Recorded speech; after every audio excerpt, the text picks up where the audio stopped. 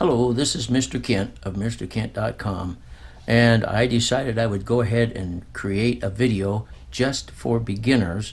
This could be for any drone, but specifically this is for the Parrot Bebop 2 FPV pack, which comes with the goggles. So that was what I bought. But this can also apply to just a regular Bebop 2. All the things that are in this video are kind of like what you should do and what you should not do, and just trying to help beginners.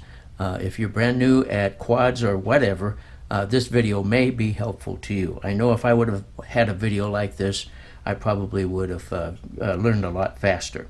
So the first thing I want to recognize is, and I'll put a link to it, Flitetest.com has, if you haven't checked out the Flitetest channel, you should do that. They have a lot of interesting information, and they have a video on how to fly a multi-rotor / drone.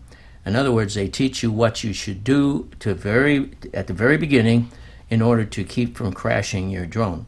And it's a very good video. I watched it when I got started with I had a Blade Nano, which I got for about 70 bucks. And I had no idea how to fly it carefully, and so I bought that and then started following their instructions, and as a matter of fact, I learned how to fly a drone. So anyway, the reason I say that is because you want to become comfortable with the sticks on your controller. And whether you are flying just from your phone or your tablet, or if you're using a Sky Controller too, then either way, you need to become familiar with what the sticks do when you move them. And an old rule that aircraft pilots follow is, when I was teaching people how to fly a full-size airplane, I would tell them, don't move the sticks, don't move the yoke, don't move the pedals. Just put pressure on the pedals or pressure on the yoke. And if you learn that rule, you won't over compensate for everything, and your flight will be a lot smoother. Okay, so first, let's say that you got your Bebop 2 FPV pack today, and so you would have these two pamphlets, and you'll notice there's a little crease there because I read as much as I could through this pamphlet and learned as much as I could and made sure I followed these directions. And then this has to do with the Sky Controller and the goggles, and of course I read through that.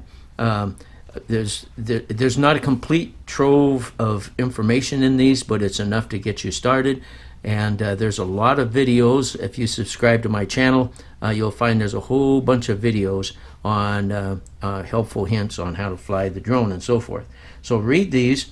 And then another thing I would strongly suggest is that you go to the trouble of getting a balanced battery charger. I also have a video on how to put together one of these, and this just plugs right into the Bebop battery, and what it does is it balances each of the 3 cells.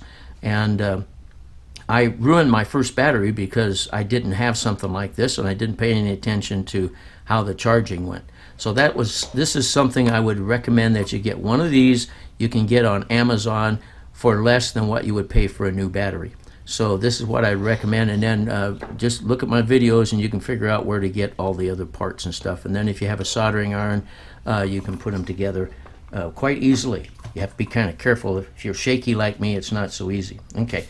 Then also, one other thing that I would warn you against, this is the USB cord that comes with the FPV pack. And it's good because this goes into the Sky Controller, which is down in your hand, and then this end goes up to the goggles, which are on your face. So you need a long cord. But if you're just using your tablet, let me grab my tablet here. If you're just using your tablet and it's attached to the top of the Sky Controller, then you don't need such a long cord. So I've got a little video, and I'll add it on to this video. I decided, well, I'm just going to grab one of my short USB cords and use that, and that makes it real easy.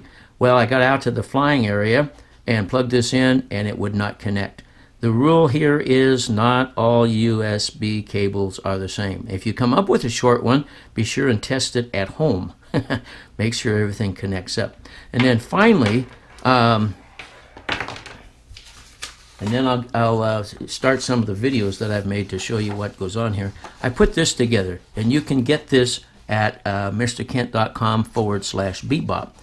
And it's step by step. Step number 1, you connect the tablet or phone to the Sky Controller 2 using a USB cable. That's all you do. Step number 1. Just make sure you have that set up. And you can see the picture there. Well, actually, I'll just have one you can look at online there. And then step number 2, you turn on your Bebop. So you hit the switch, just tap it, and turn it on. Step number 3, then you go back up and you hit the on-off button on the Sky Controller so that it will turn on. And then step number 4, when you do that, then the Sky Controller will make a request to your tablet or phone to start your FreeFlight Pro program or whatever apps that you may have installed to run with. And from there, this will come up, and then from there, you can just go through the navigation to make the settings, or you can hit the takeoff and land button right there on the Sky Controller. Right there on the Sky Controller. So, let's get to the other videos that I put together and explain some of that, and I hope this is going to be very helpful to you.